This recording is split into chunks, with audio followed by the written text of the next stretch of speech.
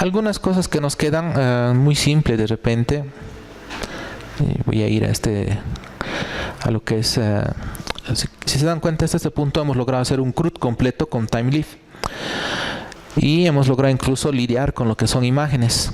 Tienen ejemplo de eso. Entonces, yo me voy a mover hasta Exceptions Handling para mostrarles el framework de excepciones que ofrece Spring. De esto ya habíamos visto un poquito. Un momento, a ver. Hemos visto bastante en las diapositivas y también lo habíamos visto en el ejemplo que trajeron de seguridad.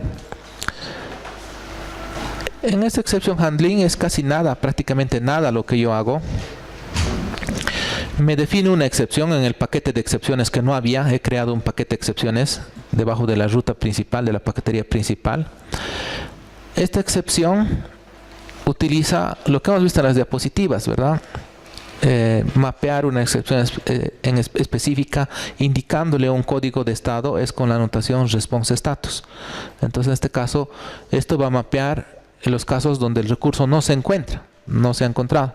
Entonces le estoy llamando not found exception, extiende de runtime exception y con la ayuda del IDE todito esto lo he generado, ¿no? Al insert y le he dicho que me genere todos los constructores que hay, ¿no? Vacío, con mensaje controlable. Hay uno más y bueno, eso ya no lo he seleccionado. Deberías poder generar todo completo. Así es suficiente.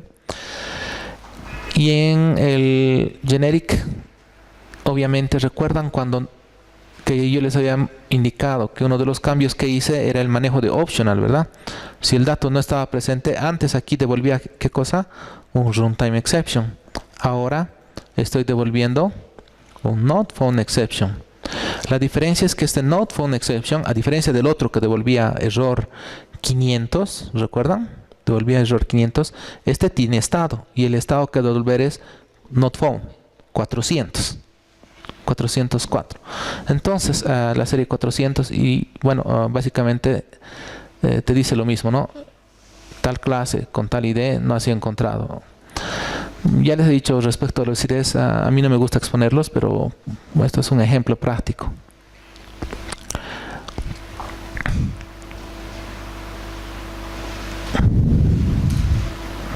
Podemos tratar de ver la sutil diferencia.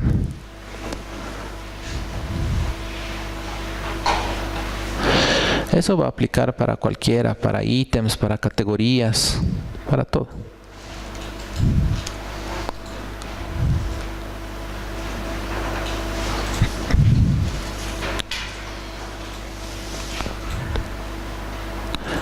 Ahí está el ítem 6, por ejemplo, está disponible.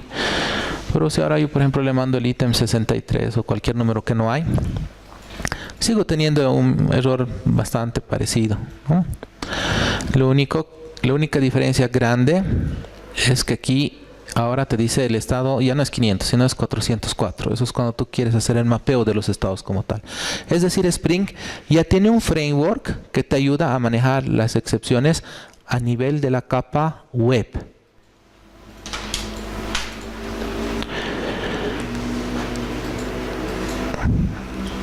Tengo otro ejemplo más. Voy a mover a otro branch que sería página específica para el error. Entonces,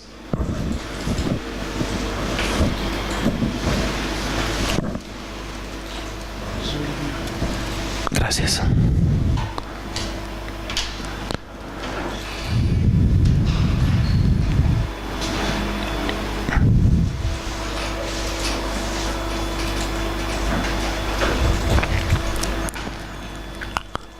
Si analizamos lo que tiene este otro cambio,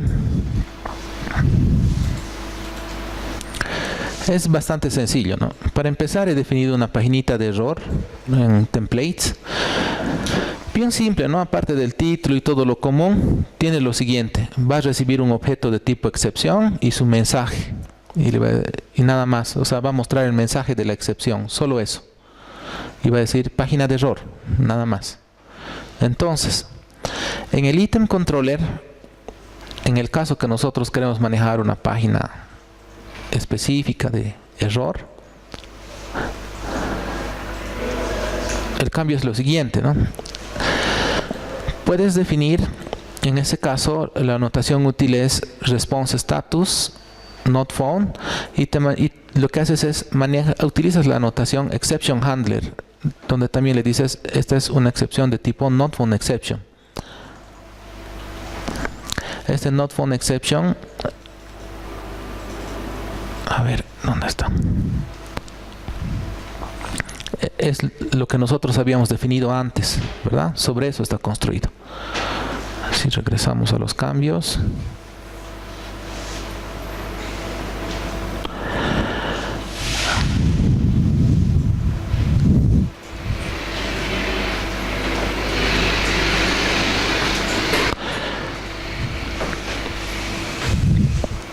bueno, aquí lo que está haciendo es cuando detecte que ha sucedido esa excepción, va a utilizar esta vez el Model and View y va a crear una instancia de eso y te va a decir la vista a la que tienes que ir es la página de error que hemos creado, y a ese Model and View le va a añadir esa excepción. Pero esto solamente funciona con Spring MVC, ¿no? Entonces hay que ir viendo, hay más opciones para este tipo de manejo cuando es sin Spring MVC. Por ejemplo, hay otro tipo de, si quieren, digamos, frameworks o capas que te ayudan a manejar los errores. En este caso les estoy mostrando con esto. Entonces, si tú te defines un método como este, cuando sucede esa excepción, detecte que ha sucedido esa excepción, entonces te va a redireccionar a esa página de error. Entonces vamos a probar, eso también lo cierro. Miren la diferencia de las páginas de errores. Esta es otra, ¿no? Solo dice error page y el mensaje, item ID tanto, y el mensaje es not found. Listo. Nada más. Igual sigue teniendo estado, todo, porque es el mismo tipo. Utiliza la misma excepción por debajo que ya maneja estados, pero te redirige a una página específica de error, a error page.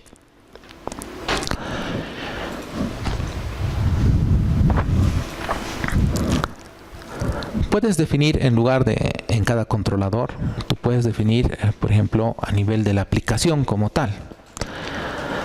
Entonces, en este caso, voy a venir a Application Error Handler, a este branch.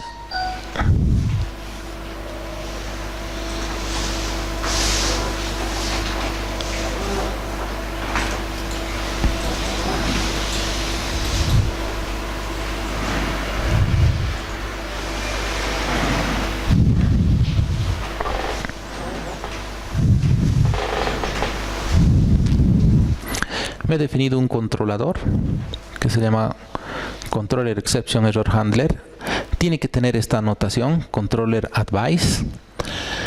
En este caso tiene un método que está anotado con Response Status, de nuevo Bad Request. Esto es otro tipo de excepciones.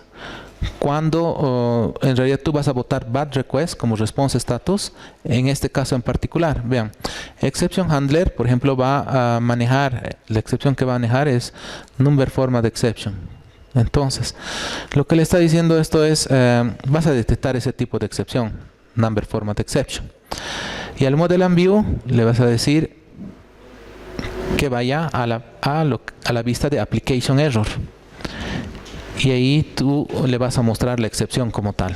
Entonces, esto solamente se va a activar a través de toda la aplicación en cualquier punto donde se detecte Number Format Exception. Entonces, y además le va a decir el código es Bad Request. Esta otra paginita también es sencilla, lo único que hace es similar al anterior, te muestra el mensaje de error, nada más.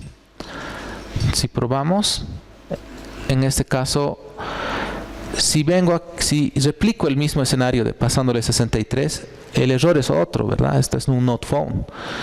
Pero si yo quiero provocar un bad request, un number format exception, por ejemplo, le diré en lugar de 6, por ejemplo, 6A. Eso no es un número, no es un long, no es un ID. ¿Qué espero? Entonces va a tratar de convertirlo a long y la aplicación va a detectar que ha sucedido un number format exception en cualquier lugar que haya sido, en ítems o donde sea, y te va a decir el mensaje de error es tanto, ¿no? ¿Qué ha pasado? Digamos, string. No se puede convertir el tipo string a lo que es un long, ¿verdad? El dato que has ingresado es este. Te muestra el mensaje de error. Eso se puede definir también a nivel de la aplicación como tal. Ahora llega el punto donde me estaba adelantando, el uso de MySQL. Entonces me voy a mover a MySQL, este branch.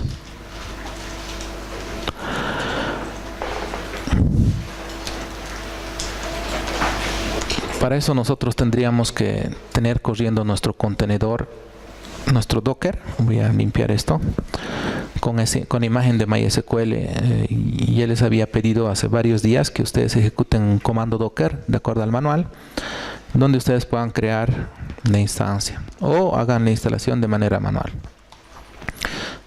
Si hago Docker PS, por ejemplo, aquí ya está corriendo. Vamos a asumir que no está corriendo, entonces lo voy a detener. Docker stop. Y pego el nombre de la instancia. Si hago Docker espacio PS, nuevamente ya no hay ninguna instancia corriendo en mi contenedor. Entonces voy a imaginar que ustedes están en este estado y lo que voy a hacer es inicializar. Si hago Docker PS no voy a poder encontrar nada, pero si hago Docker PS -a voy a encontrar todos los contenedores que no están ejecutándose, y de ahí tendría que hacer Docker start y tendría que hacer start al que corresponde a MySQL. Aquí identifico en la imagen que tiene nombre MySQL, copio su ID de contenedor y pego a continuación de Docker start. En un instante inicializa mi contenedor, y si hago Docker PS puedo ver que el contenedor ya está arriba, ¿no? Y que ha tardado 4 segundos en realizarlo. Bueno, los cambios que nosotros necesitamos hacer es proveerle para empezar en el archivo POM la dependencia necesaria. Solo hay 2 cambios, en el archivo POM y en el archivo de propiedades. En el archivo POM lo único que habría hecho sería esto. Recuerdan que teníamos una dependencia de la base de datos H2, ahora ya no hay, lo he comentado. He seleccionado y ya saben, en mi caso Command Alt barrita y lo tapa todo esto. No necesito ni siquiera recordar. Y he adicionado la dependencia de MySQL. Entonces Group ID MySQL y el artefacto MySQL Connector, el driver para MySQL. Esta versión estamos utilizando, que funciona con la versión de Docker que hemos instalado. Esto va a cargar las librerías necesarias para que pueda conectarse al motor de base de datos, pero necesitamos especificarle y dónde está corriendo esa base de datos. Entonces he creado este archivo, en este caso Application YML. Pude haberlo hecho también en el Application Properties, ya se les ha dado cómo se puede pasar de uno a otro. En este caso le dices Spring Data Source, y en Data Source configuras URL, username, password. Esto de nuevo, hay documentación que te indica exactamente qué es lo que tienes que copiar y qué valores tienes que reemplazar para que funcione para los diferentes tipos de bases de datos. Tienen su propia configuración. Entonces tú deberías revisar la documentación o ejemplos funcionales para poder ver. Mi contenedor, con el comando Docker que habíamos ejecutado hace varias clases atrás, pueden revisarlo en los videos anteriores, pues le indicaba que el usuario y el password para ese contenedor era root. Y para JPA le indicamos que utilice Hibernate con la opción de crear la base de datos, crear todas estas tablas por defecto, ¿sí? Y básicamente le estamos diciendo Database Platform. Esto de nuevo es de la documentación. Te dice que tú tendrías que especificar esta paquetería MySQL 5 InnoDB dialect, este dialecto. Y la base de datos, yo estoy utilizándola por defecto, MySQL. De manera ideal ustedes deberían crear su propia base de datos, no montar así como esto, así está mal, pero es un ejemplo simplemente. Entonces le vamos a decir que muestre todos los SQLs que se realice desde lo que es ORM, que realice y nos muestre en consola todas las sentencias SQL que se van a ejecutar. Entonces si yo detengo esto y reinicio, aquí vemos, ¿no?, lo que se va ejecutando, los inserts, claro, no totalmente, ¿no? Se puede definir que haya que se copia a mayor nivel, pero así es suficiente. Por ejemplo, aquí te está diciendo Hibernate, está haciendo un insert into, bueno, una secuencia en ese caso, values, algún valor, no sé si hay otro insert más abajo. Aquí está, ¿no? Insert into category, y está creando estos campos ya parametrizado, pero en este caso. Bueno, es posible ver a más detalle, hay que configurar el nivel de logs.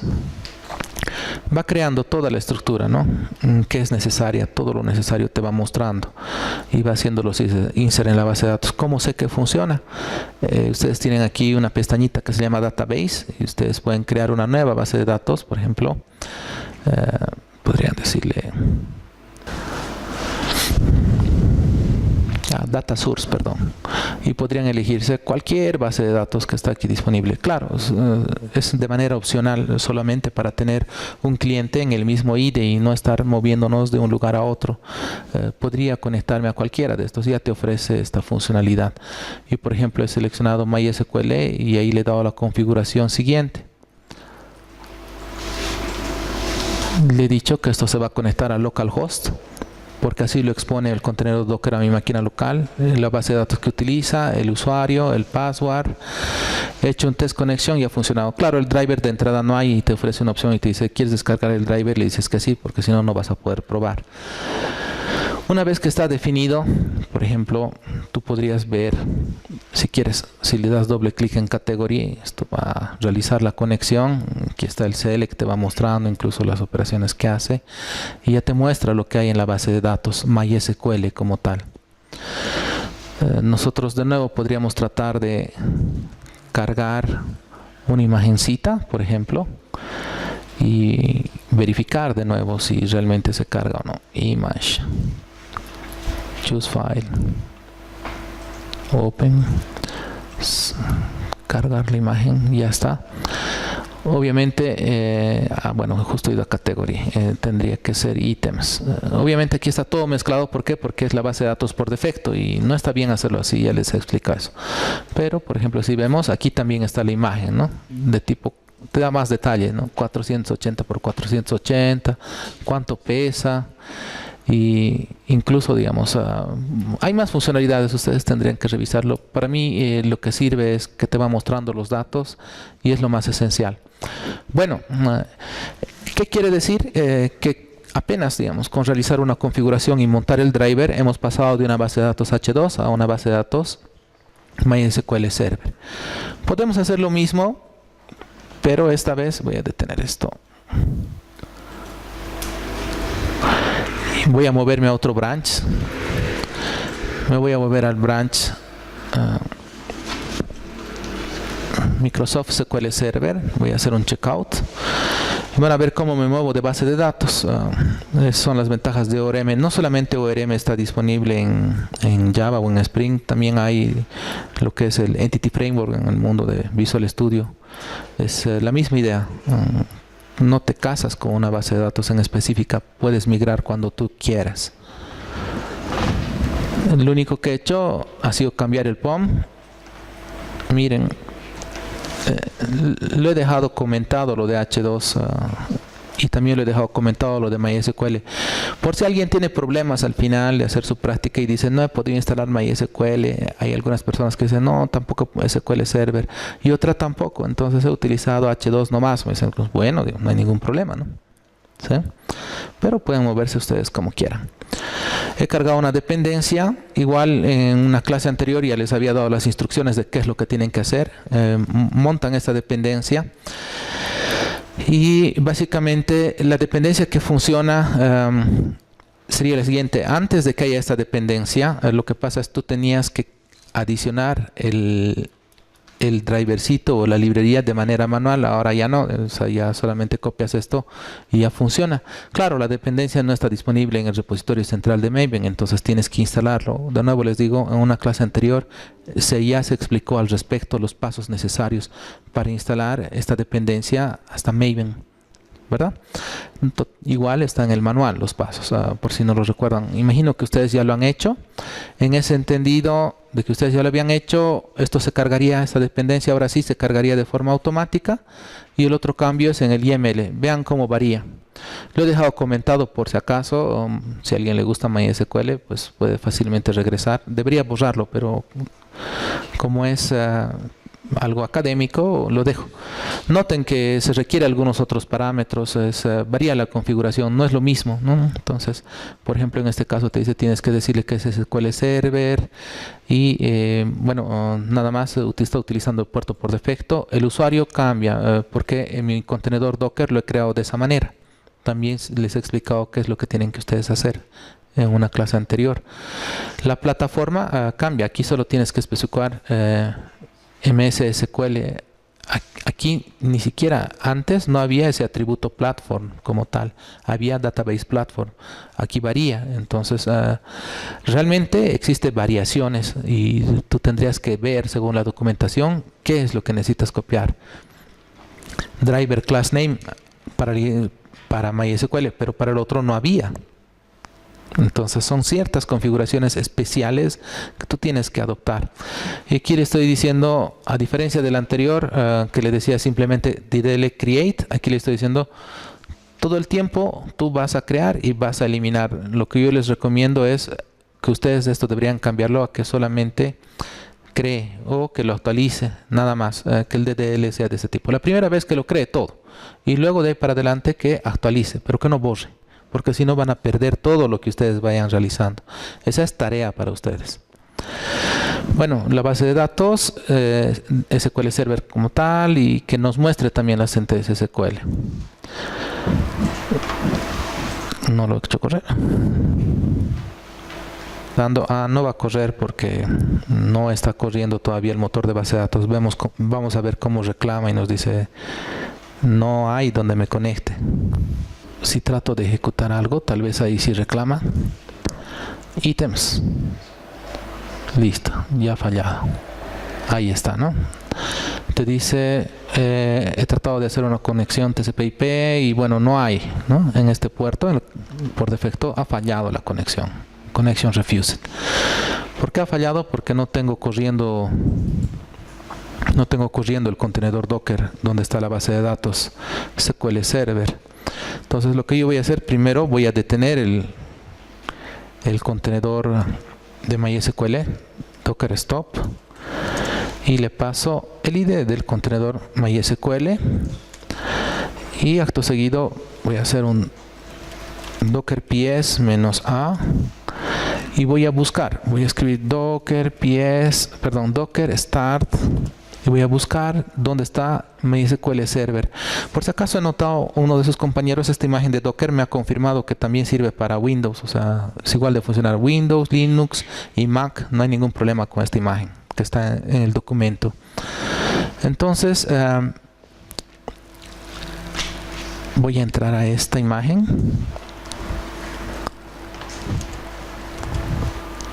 y ya está funcional, ya está arriba SQL Server, así de rápido. Si hago Docker PS, ha tardado 6 segundos en montar la imagen. Es increíble, ¿no?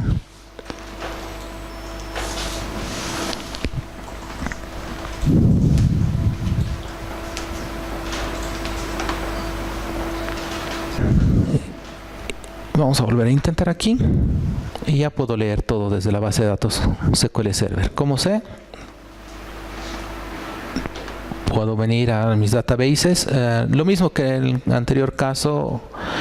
He definido una conexión esta vez para SQL Server, recuerdan, Data Source, y me escojo SQL Server de Microsoft. Bueno, he hecho eso y la configuración aquí lo pueden ver. Le he dicho, es mínimo, le he dicho localhost, usuario SA, el password provisto que ahorita está oculto, he proporcionado eso y le he dado test connection y ha funcionado. Entonces si yo abro esto, aquí ya tengo, ¿no? En el esquema DBO, en ese esquema, pues por ejemplo tengo mis ítems. Si hago el query ahorita, ninguno tiene imagen. podría yo, por ejemplo, para variar, incluso voy a crear un nuevo archivito, igual que hace rato, o sea, fierro, por ejemplo, FRR, no hay imagen, voy a hacer submit así.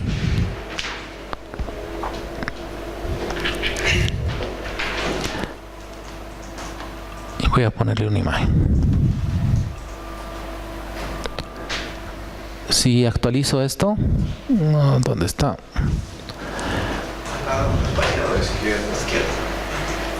Este, ¿no? Refresh, aquí está. Gracias. Bueno, es bastante sencillo, lo veo muy práctico, esta ventaja del IDE que tiene plugin para ver la base de datos. Imagino que en el resto de los IDEs también hay, no lo he probado en Eclipse, por ejemplo, nunca probé esto. Finalmente, de esta manera, lo que quiero decirles es, ustedes están preparados para el siguiente módulo de base de datos y podrían utilizar la base de datos que sea. ¿Qué más queda? Bueno, queda algo complejo, aunque prefiero que lo dejemos para la siguiente clase. Es la exposición de un API REST. Lo que podemos hacer es, bueno, hay muchos cambios que he realizado, entre ellos, lo más importante, he hecho una configuración para Jersey. Y bueno, he modificado todito los controladores y he eliminado la capa de Spring MVC con los handlers que te ofrece Spring MVC. He eliminado la parte de la dependencia web de Spring Boot como tal. Les voy a explicar mañana cómo se hace eso, pero miren un adelanto. Si me muevo a REST API con Jersey, no es con lo único que puede hacer CRUD, un REST API también podría hacer con Apache CFX, hay varias opciones. Algo que me ha parecido simple es esta. Tendría que cargar todo y básicamente con eso todo lo que hemos hecho antes ya no sirve. Sí, ya no sirve. Qué pena, ¿no? Era para aprender Spring y aprovechar un poquito de lo que es Spring MVC. Ahora lo que sirve es esto, ¿no? Directamente en Postman me he creado varios endpoints. Por ejemplo, tenemos cómo visualizar todos los empleados como tal. Le mando esta ruta y lo que espero es que él me devuelva el listado de empleados que hay. Aquí está, ¿no? Con todos sus datos en formato JSON. Esto lo va a consumir Angular o cualquier aplicación de frontend. Si quiero un empleado en específico, solo necesito decirle cuál y me va a dar solamente ese empleado. Si quiero crear un empleado, esto tiene un body. Le digo cuál es el body y va a crear el empleado. Si quiero actualizar el empleado, lo mismo. La operación patch ya hemos explicado. Si quiero eliminar un empleado, le digo que IDEX tiene que eliminar. Si quiero obtener ítems, es de manera similar. La misma historia, se replica todo. Obtener un ítem en particular, crear un ítem en particular. Solamente que cuando necesitas crear un ítem en particular, necesitas ciertos artificios. No le estás mandando un objeto ítem como tal, ni aquí adentro estás mandando el objeto subcategoría, sino estás mandando un objeto de tipo modelo que se va a convertir en tu objeto de tipo dominio. Eso les voy a explicar mañana. Y básicamente lo que va a hacer el endpoint, por ejemplo, va a recibir este 4, va a leer qué categoría es la 4, va a montar esa categoría en esto y va a crear recién así. Es eso, nada más es lo que está preparado para hoy.